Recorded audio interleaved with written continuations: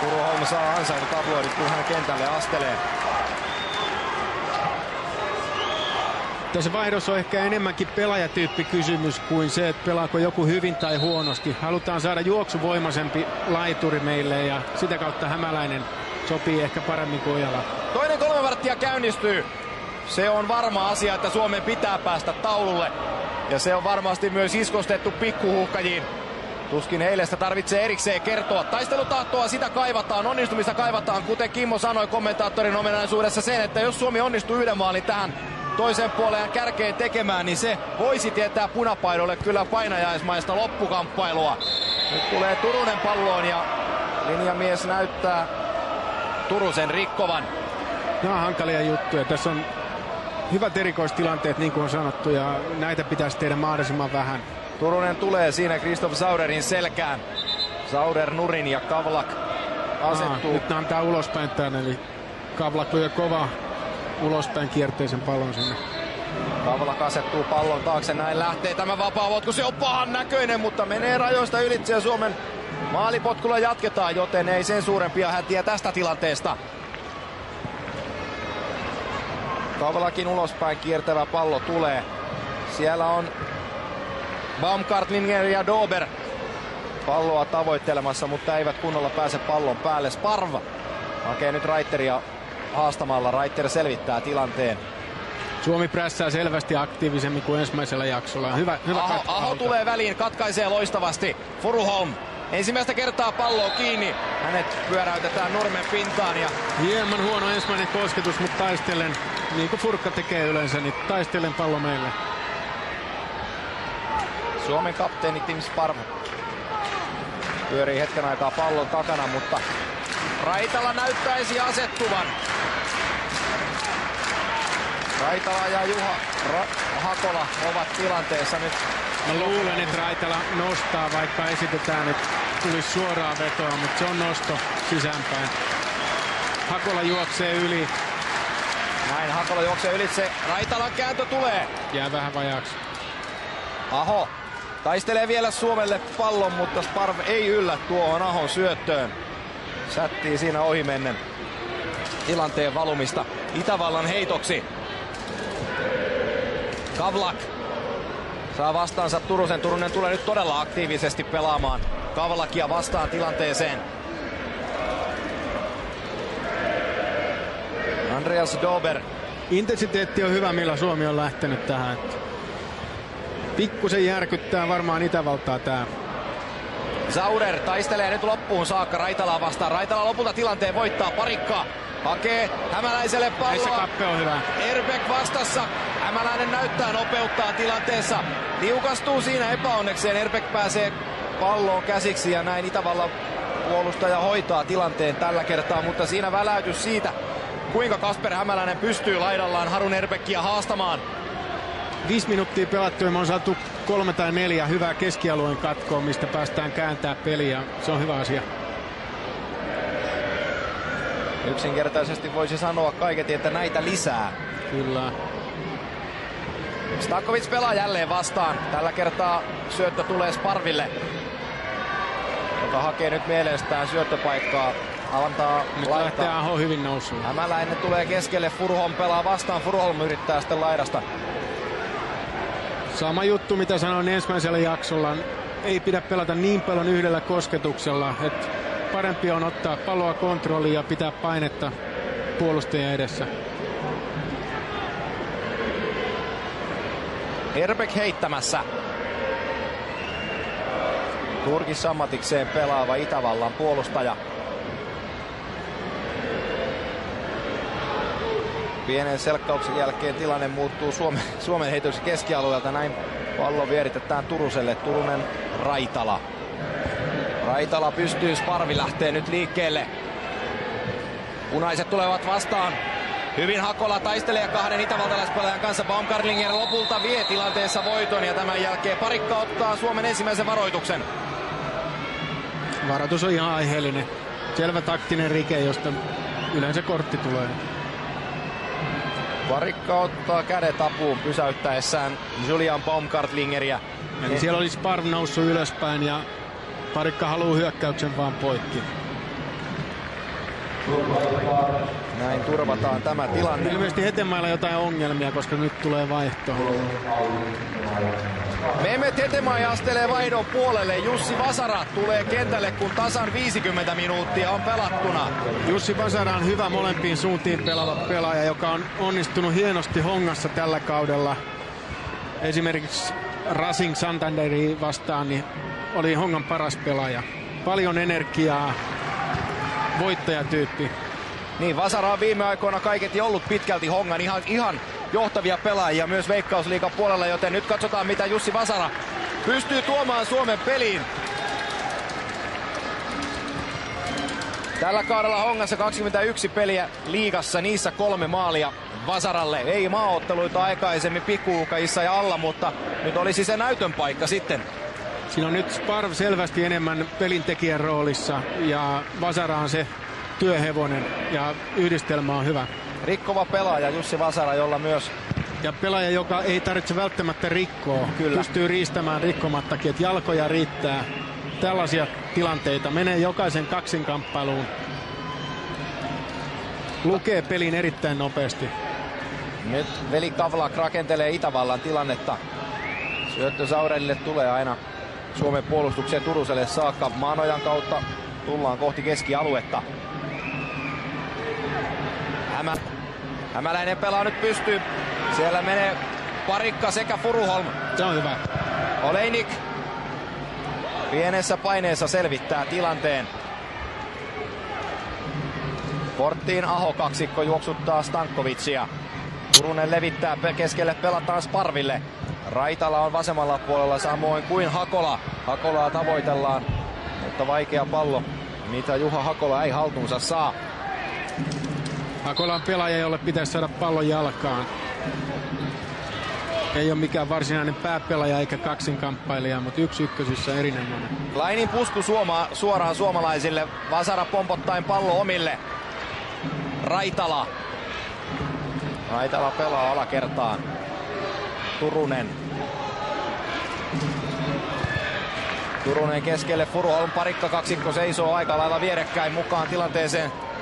Tämä on tyypillistä Vasaraa, loistava katko. Hakola tulee mukaan, hänelle myös pallo pelataan. 2 punapaitaa on vastassa. Linjatuomarin lippu ei nouse. Suomi pääsee jatkamaan sivurajalla. Tämä on hyvä, tämä Vasaran sisääntulo. Pelaaja, joka saa hyökkäysalueelle tilanteita poikki, pystyy hyvällä juoksuvoimaisena pelaajana pelaamaan heti sitä eteenpäin, niin mä uskon, että toi toimii hienosti.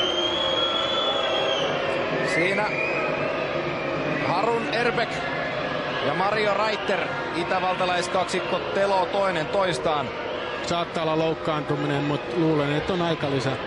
Reiterin polvi kolahtaa Erbekin takalistoon ja mies jää kuluttelemaan. Kokee ihme paranemisen ja tulee hetken päästä sisään. Ihmevettä, ihmevettä. Suomen sivuraja on hyvä, pallo jää boksiin pyörimään. Ei pääse Furuholm kääntämään tilanteensa, mutta vielä pitää pallon Suomella. Raitala Furuholm. Furuholm hassuttaa nyt Klein Reiterin tilanteesta, hakee siinä Vasaraa. Hieno idea. Mutta ei tule Vasaralle. Ja Jussi on uudelleen tekemässä töitä alaspäin. Ja viimeisimpänä välissä on Raitala, joten nyt tuota aggressiivisuutta löytyy. Tämä näyttää nyt hyvältä tämä Suomen tasapainokentällä. 54 minuuttia tuota pikaa pelattu. Ja Suomi tarvitsee maaleja, mutta uskotaan ja luotetaan edelleenkin, että niitä sieltä tulee. Sparv puskee pallon Hakolalle, Hakolan selkään tullaan ja näin Suomelle vapaa potku.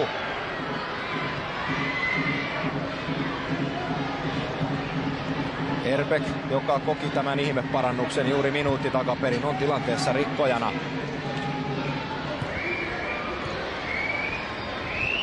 Vasara nyt keskellä myös tekemässä peliä. Porttiinin pystypallo ei ole lainkaan huono, Parikka ei siihen kuitenkaan yllä. Oleinikille saakka tulee. Tämä avaa oikealle puolen. Andreas Dober. Florian Klein. Klein pelaa Kristof Zaurerille. Zaurer vaikeuksissa, Sparv tulee ottaa hyvin pallon pois. Vasara on siinä vieressä ja näin pallo tulee Hongan pelaaja Jussi Vasaralle. Vasara lähtää nyt palloa sitten puolestaan oikealta puolelle liikkeelle. Hämäläinen. Ei kuitenkaan Suomen tilanne aukea. Sauder seuraavaksi nurmen pintaan. Stankovic, ja ottaako Porttiin siitä sitten varoituksen? Vai tyytyykö Alan Kelly pitämään vain puhuttelun? Kyllä vain. Nyt tehdään kuolemaa kyllä joka tilanteessa Itävallan leirissä. Tämän ottelun ainoan maalin tehnyt Marko Stankovic. Nyt nurmen pinnassa. Nyt pitää olla tuomarin tilanteen tasalla, että mitkä on oikeita loukkaantumisia, mitkä on aikallisia, ja siirtää vaan kylmän viileästi rajan toiselle puolelle, jos pelaaminen kiinnostaa. Stankovic, joka on DSV Löfvenin kasvattaja, pelannut pari viime kautta Sturm Grazin joukkueessa. Ja kuten on aikaisemmin tullut jo sanottua, on yksi niistä Itävallan syömähampaista maalinteossa, ja on sen tässä kamppailussa todistanut. Kape Hämäläinen käy siinä kuuntelemassa riveä muutamalla sanalla vaihtopenkin puolella.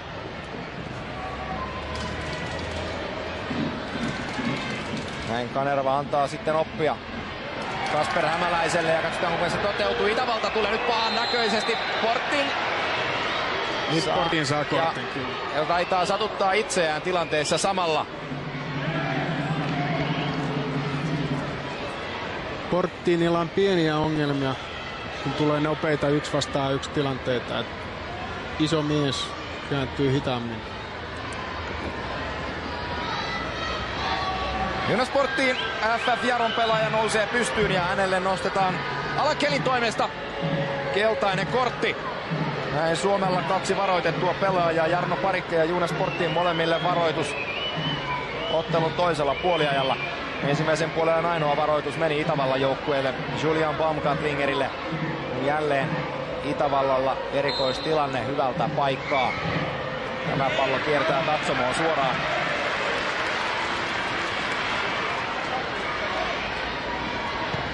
Maanoja avaa vasemmalle puolen.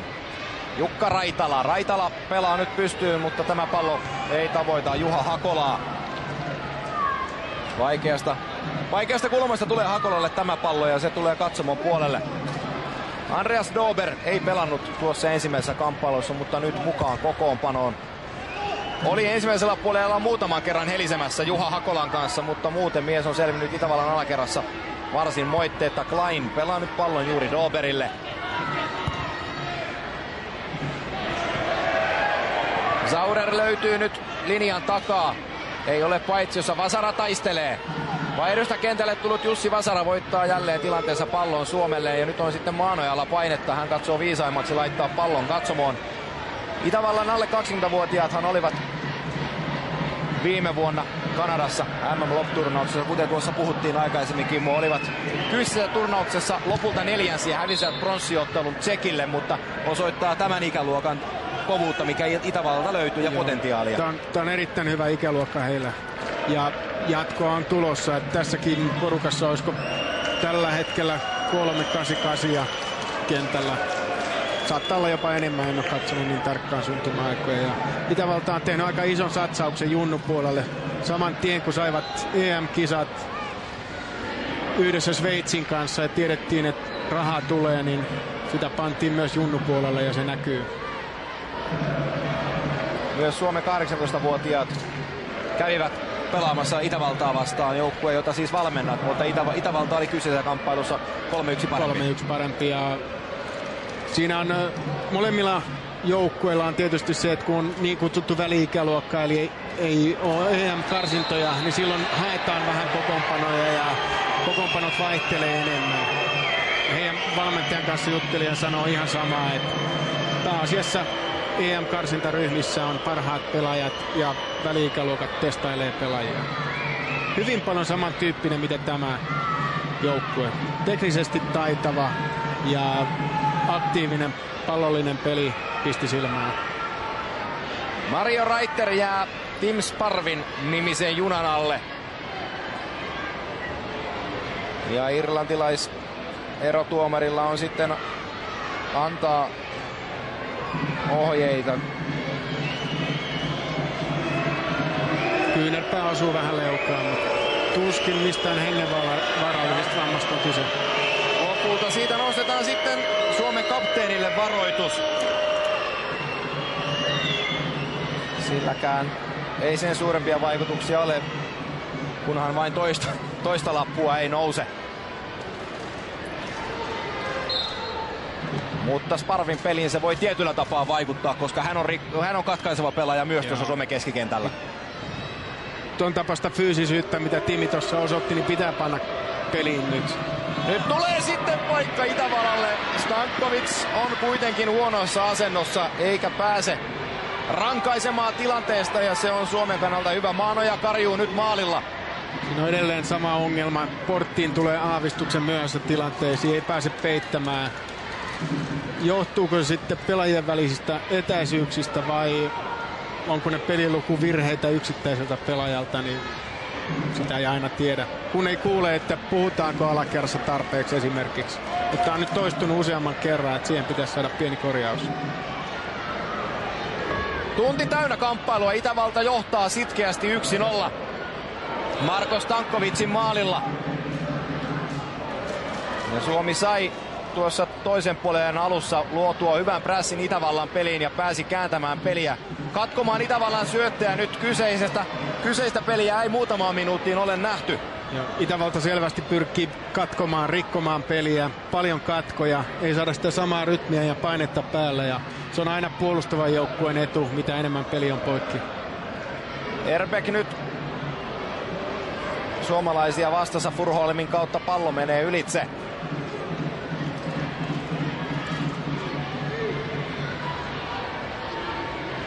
Mario Reiter, jonka nimikaima Super Mario Reiter kunnostautui Itävallalle ominaisessa lajissa. Alppipuolella oli Naganossa alppiyhdistetyn olympiakultamitalisti vuonna 1998, mutta eipä sekoiteta Super Mario tähän Itävallan porukkaan. Ei ole hassumpi jalkapallon pelaajakaan. Mario Reiter, joka tällä hetkellä kentällä menee. Nyt pelataan Hakolalle pallo, mutta Hakola on avustavan mukaan paitsion puolella. Sitä ei tästä kulmasta, missä me istutaan, niin ihan pysty sanomaan, mutta ilmeisesti paitsio. Floran paidassa hyviä tehoja iskenyt Hakola, joka varmasti nähdään myös Euroopan puolella jossain vaiheessa pelaamassa. Oli viime kaudella siis Maistriliigan eli Viron sarjan. Valittiin parhaimmaksi pelaajaksi ja on tietyllä tapaa tullut puskista, mutta osoittanut kyllä kaikki lahjansa ja taitonsa. Nyt on Furuholm antamassa painetta tilanteeseen. Pieni epäilys oli Sonnleitnerin pelille, mutta hän selvittää tilanteen. Saurer tulee nyt vasemmalta puolella. Portin hänellä vastassaan. Vasara tulee myös tilanteeseen. Saurer odottaa tilanteessa, että pallo menee Vasaran kautta ylitse ja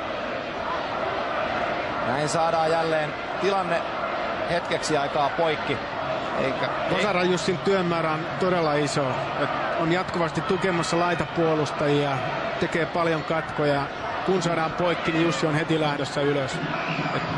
Se on ehkä sellainen, mikä jää monelta huomaamatta, koska ei ole mikään häikäisevä 1 vastaan 1 pelaaja. Nyt pelaa Hakola hyvin Raitalalle. Hakola tulee sitten taustalta uudemman kerran. Raitala.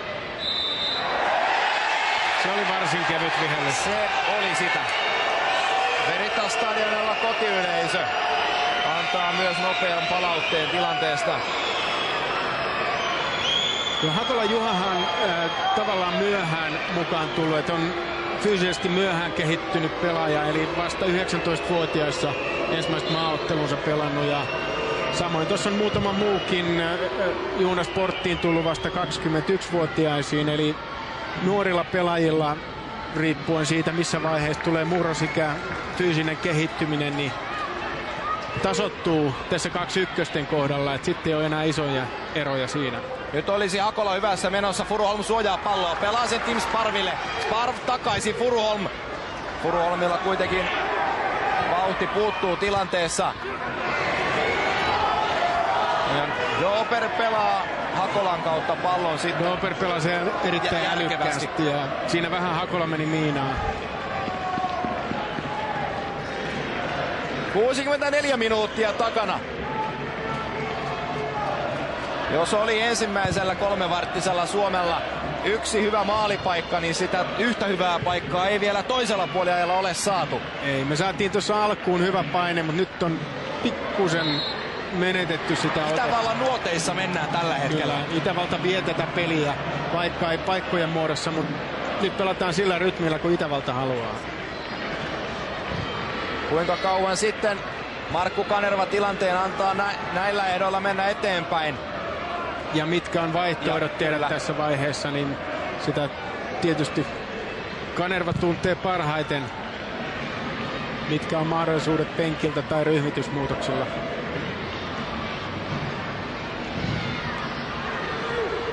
Kaksi vaihtoa Suomi siis tehnyt puoliajalla. Mika Ojala kentältä sivuun.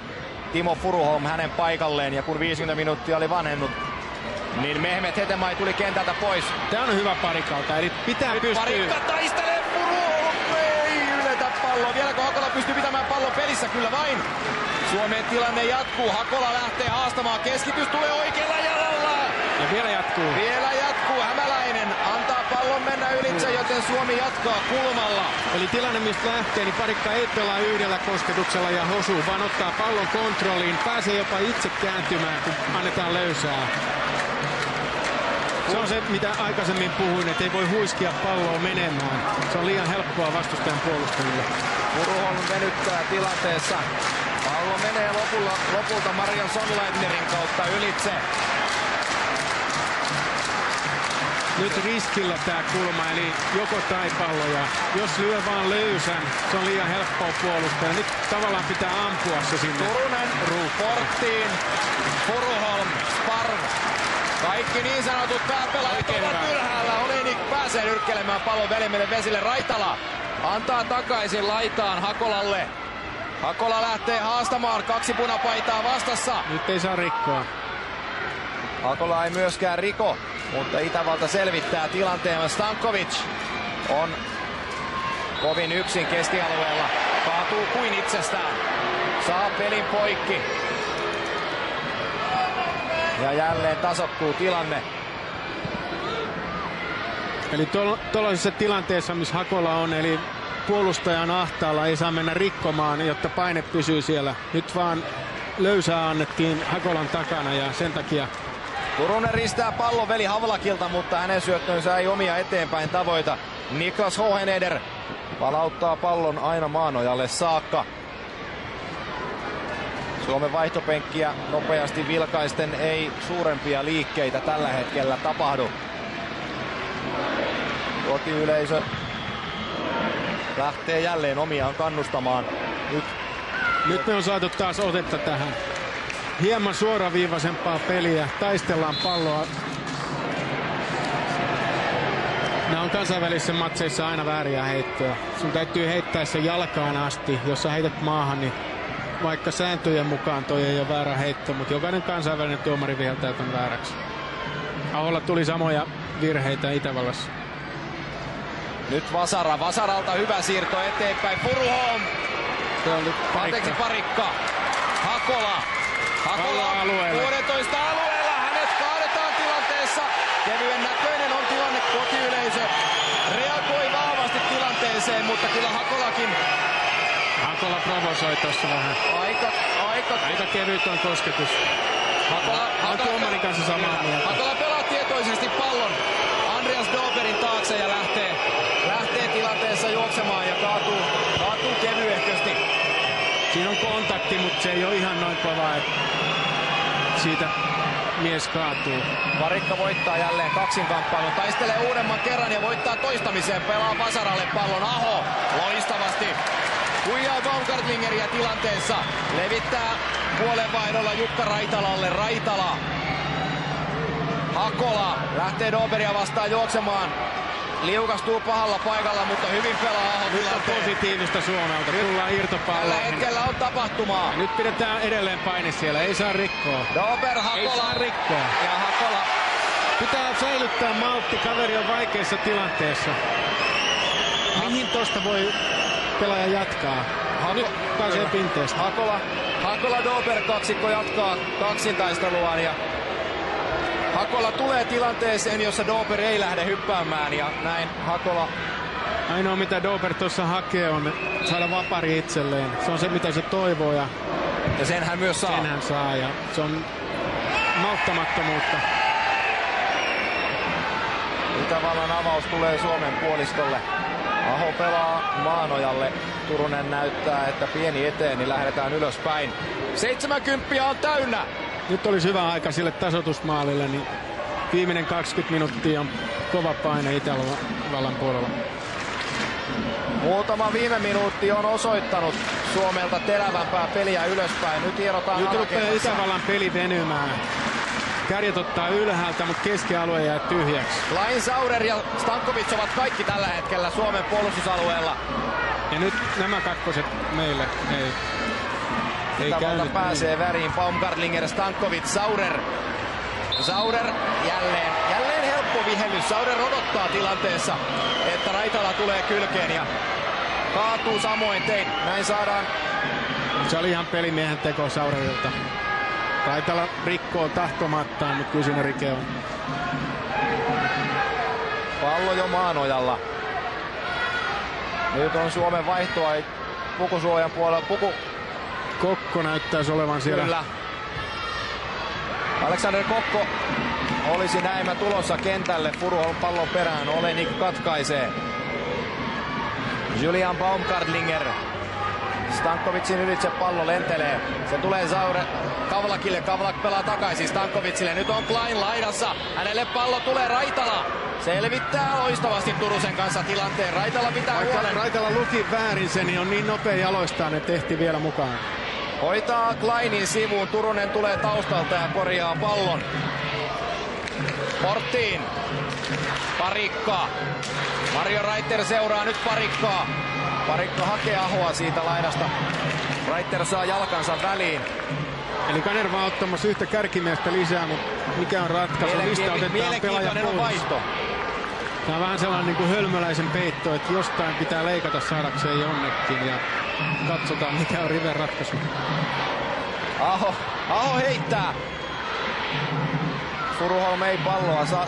Baumgartlinger kaatuu, rikkoo tämän jälkeen Kasper Hämäläistä. Hämäläinen nousee välittömästi pystyyn. Suomi saa tilanteesta vapaapotkun ja tässä nähdään Rive. Näyttää taktiikkataululla tällä hetkellä Alexander Kokolle. Mitä hän mieheltä odottaa, kun kentälle astelee. Lähteekö Rive vähentämään puolustajia siirtymään 3 alakertaan? Myös Itävalta on ottamassa.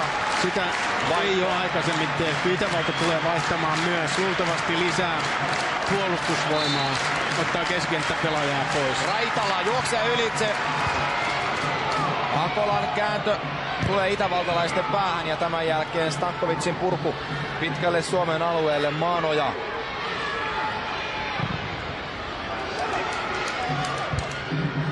Dober voittaa pääpallon. Baumgartlinger, joka on aktiivinen Itävallan keskikentän pohjalla ja osallistuu kyllä tuohon Itävallan pallolliseen peliin vahvasti. Ei ole Itävallallakaan maalipaikkoja toisella puolella ollut. He eivät ole niitä hakeneet, mutta eipä juuri ole tippunutkaan. Eikä niitä ollut paljon ensimmäisellä puolella. Tämä on ihan käsikirjoituksen mukaan nyt heille. Ei tarvita yhtään maalipaikkaa enää. Vasara taistelee loppuun saakka. Baumgartlinger kaataa Parikan tilanteessa. Erittäin hyvä Vasaralta. Nyt tuomari ei ollut kyllä mukana. Eli rikkova osapuoli hyöty tästä. Ei se mikään liikkuva pallo ole, ainakaan suomalaisen silmin. Ei näillä laseilla. Ei. Kyllä siinä halus pitää tuomari pelin kontrollissa ja siksi keskeytti sen. Parikka tulee vaihdon puolelle. Eli ei muutu ryhmitys.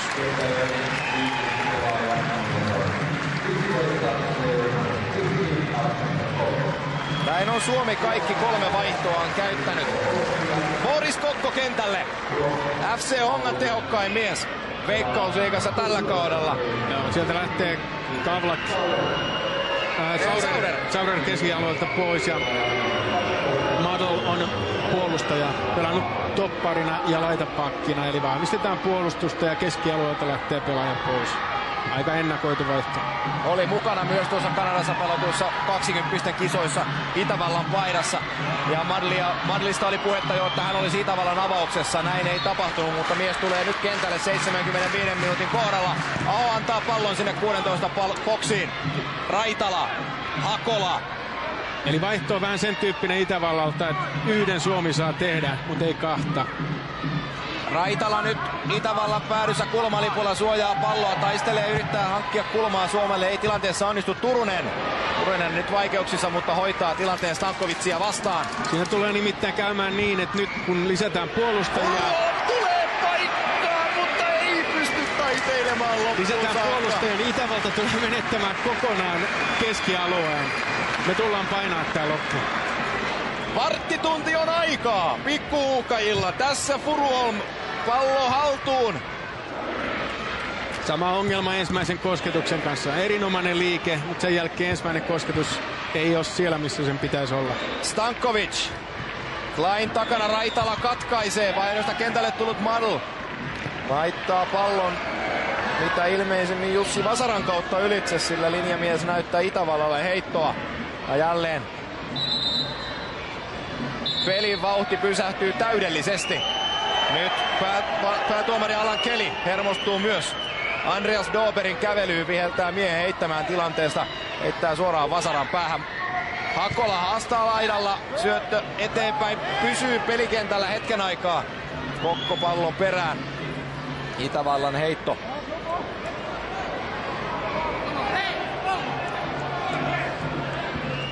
Yleisöä tänään Turun Veritas-stadionilla 4641 maksanutta katsojaa, joten hyvä yleisömäärä saadaan tähän kamppailuun. Vielä saataisiin tunnelma kohoamaan, kun Suomi rysäyttäisi tasoitusmaalin porttiin.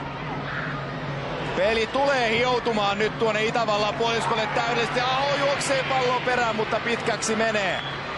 Ajatus oli hyvä pelata linjan taakse, mutta ihan ei ollut tuntoa syötössä.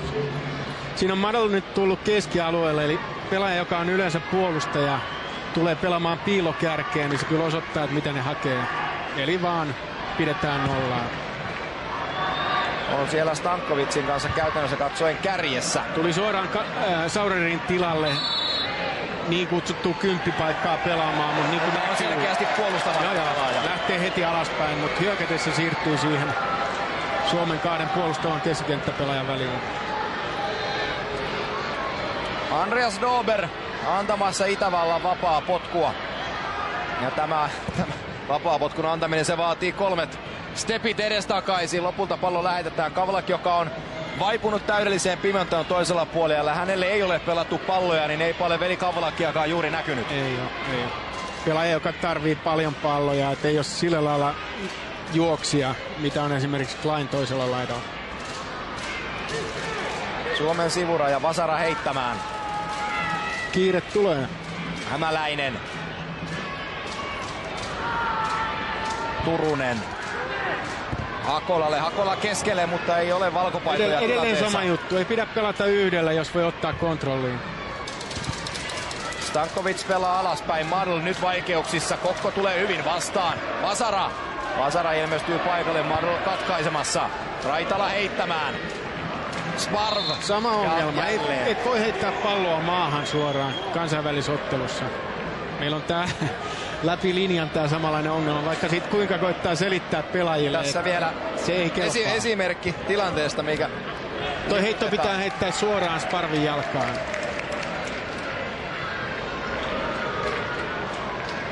Pieniä asioita, mutta se on joka kerta pallon menetys. Kokko target-pelaajana pystyy kääntämään pallon laidalle. Hakola, Sparv. Sparv pelaa Furuholmille, joka lähtee haastamaan Reiteria ensimmäiseksi. Baumgartner tulee takaa apuihin. Ja punapaitainen Itävallan vierasjoukkue selvittää tämän yrityksen. Tässähän rupeaa tulemaan kuumat paikat. 79 minuuttia on täynnä. Itävalta johtaa 1-0 kamppailua. Kumpikaan joukkue ei pelaa nyt keskialueella ollenkaan. Itävalta on miehittänyt sen, mutta ne ei pelaa siinä. Suomella taas rupeaa Sparv ja molemmat laitalinkit olemaan hyökkäjien tasolla. mistä on kyllä vaikea jatkaa peliä. Pikkusen pitäisi olla malttia. Porttiin Turuselle. Sparv lähtee taas pystyyn. Furuholm vastaan. Levitys laitaa. Raitala. Kokko näyttelee käsillään, että palloa tänne, mutta keskitys jää matalaksi. Stankovic. Marko Stankovic jälleen osoittaa heittäytymisen jaloa taitoa. Tällä kertaa pilli ei soi. Porttiin. Pelaa keskelle, Kokko hakee ovelasti Furuholmia. Furuholm saa pallon takaisin, nyt olisi Vasaran paikka, Vasara! Joo, kyllä! Saadaan hieno loppu. 80 minuuttia on täynnä! Loistava Jussi Vasara tuo Suomen tasoihin! Tää on aivan super juttu, että se sattuu Jussille vielä, joka on tehnyt noin paljon töitä. Laitetaanpa terveisiä sinne ohjaamon auton pojille, että tuokaapa jonkinlaista hikiliinaa. Nyt rupeaa nimittäin virtaamaan. Tästä voidaan saada vielä vähän pidempi ilta. 10 minuuttia tai 40 minuuttia. Onnekkaasti tuo tilanne tulee lopulta. Furuholm on jo hukata pallo, mutta Dober kompastuu siihen. No, tässä on tyypillistä, kun saadaan painetta niiden puolustukseen, niin ei se niin kova ole, ettei se virheitä tekisi. No niin! Vasara tasoittaa kamppailun. Lisää lämpöä koppiin. Raitala. Ja paineet on nyt Itävallalla. Raitala keskelle maalintekijä Jussi Vasaralle. Vasara levittää pelin. Aho. Ja nyt on kotiyleisökin mukana. Palloalueelle. Nyt Hyvä. pelataan Vasaralle hyvin tuo boksiin sisälle, mutta ei asetu oikein askeleen. Oikein hyvin tulee Hämäläinen. Hämäläinen taistelee loppuun saakka. Sparv on takana, hänelle pallo pelataan. Raitala lähtee levittämään. Hakola on valmiiksi jo vasemmalla puolella.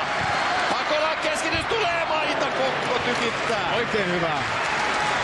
Tässä on yli 10 minuuttia aikaa Tässä on vaihdoista. pitkän illan ainekset. Oikein hienoa. Tämä on se, mitä me voidaan toivoa tämän toisen jakson osalta. Tasoitusmaali ja paine loppuun. Manfred Saakilla on 2 vaihtoa tekemättä. Hän ei käytännössä voi taktisesti enää puolustuspäähän enempää pelaajia syöttää. Mutta tietysti hän pystyy venyttämään tätä toisen puolen loppua 2 mitään sanomatta olemattomalla vaihdolla. Sparv. Jälleen löytyy Raitala, joka on pelannut hyvää peliä tänään. Raitala pystyy, menee Kokolle aavistuksen eteen. Hoheneder pistää pallon katsomoon. Raitala heittämään. Sparv. Turunen. Hassuttelee Stankovicia. Kääntää keskelle Vasaralle. Aho näyttää käsillään, että laitaa. Siellä on Hämäläinen ottelemassa. Aho takaisin. Porttiin. Nosto Hoheneder. Ei yletä palloon. Ei myöskään Kokko. Pallo leijailee Olenikille saakka. Robert Olenik lähettää pallon pitkänä Suomen alueelle. Siellä on varmaan Sak hermostunut, että laski, että yhden maalin saa tehdä, mutta ei varmaan näin aikaisin. 10 minuuttia on pitkä, kun haetaan vaan yhtä maalia. Yleensä se on Suomi, joka on näissä kohdissa joutunut nöyrtymään, mutta nyt pikkuhuuhkajat painavat päälle. Maalipotkua näytetään tästä tilanteesta. Boris Kokko pyrkii loppuun saakka haastamaan. Nyt Keli on hereillä ja ilmoittaa, että maalipotku nopeasti. Tosin itävaltalaiset ei tee elettäkään tehdäkseen sitä nopeasti.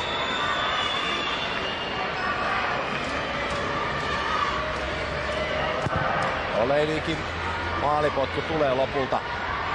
Sparv voittaa Madlia vastaan pääpallon. Baumgartlinger on kakkospallossa. Ja Itävalta lopulta heittämään. Andreas Dober, itävaltalaispuolustaja, joka kompuroi Suomen tasoitusmaalissa. Oma 16 viivan tuntumassa tulee heittämään. Kleinia haetaan laidasta Raitala. Raitala pudottaa rinnalla alas ja tämän jälkeen kohti toista päätyä, mutta nyt perämenijöitä ei ole. Hämäläinen, Furuholm tulevat antamaan painetta. Nyt on Furuholmin paikka. Siinä pelaa kyllä upporikasta ja rutiköyhää Mario Sonleitner, mutta onnekkaasti ja tarkoitusperänomaisesti pallo aina Robert Olenikille saakka. Furuholm tulee haistelemaan, josko väliin pääsisi. Nyt on Kavlak ensi kertaa toisella puolella. Taas Vasara on katkomassa. Vasara katkaisemassa yhdessä Ahon kanssa. Jussi pelannut erittäin hyvä ottelu.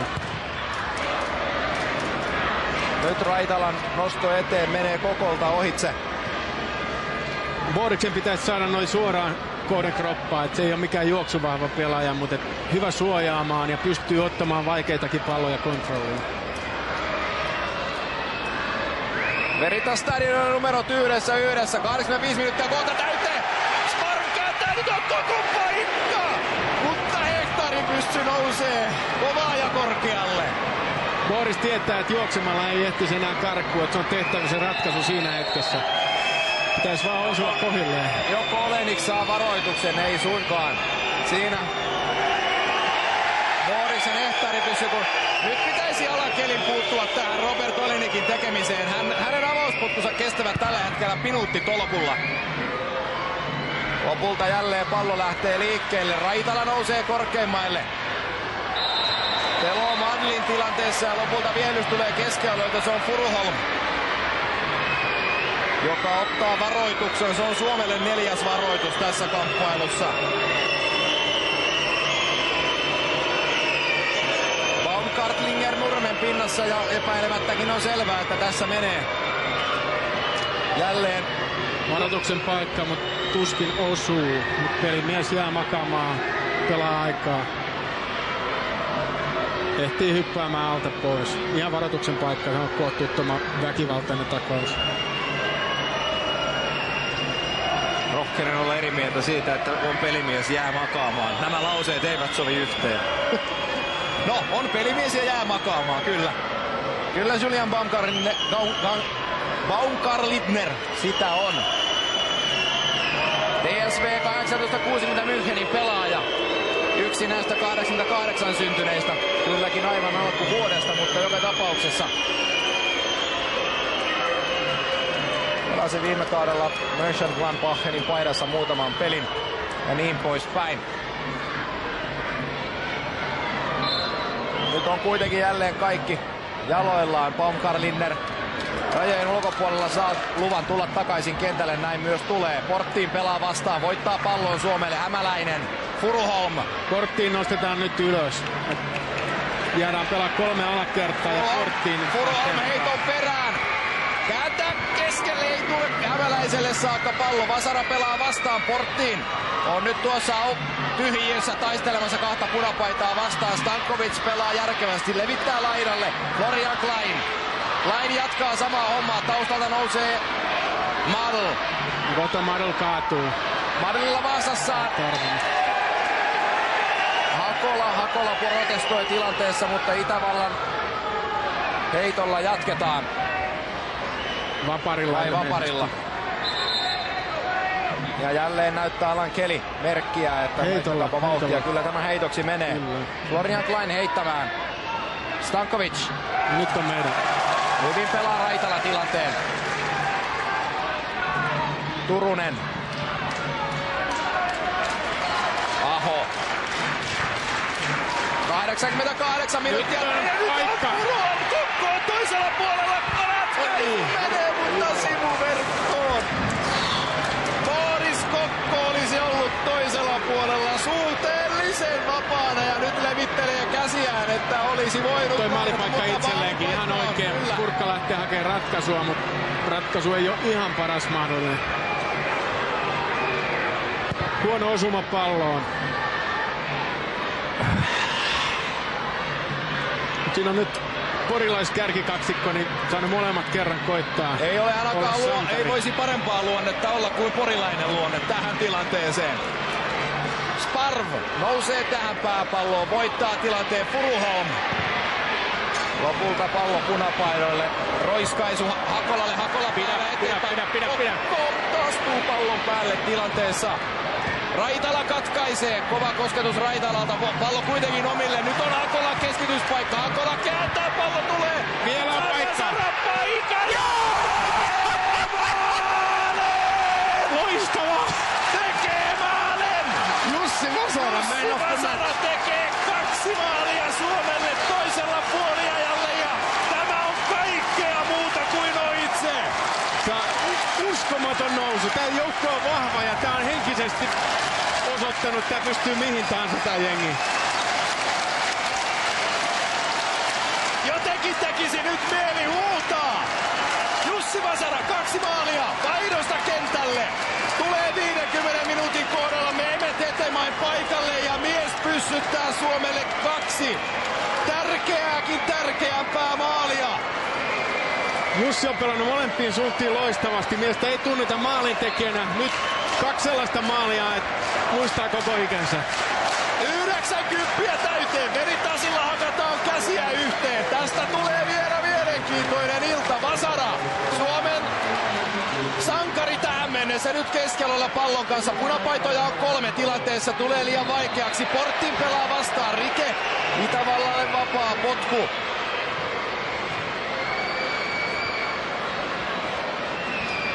Nyt erikoistilanne Itävallalle, jonka kanssa täytyy olla rauhallinen ja varman päälle pelata.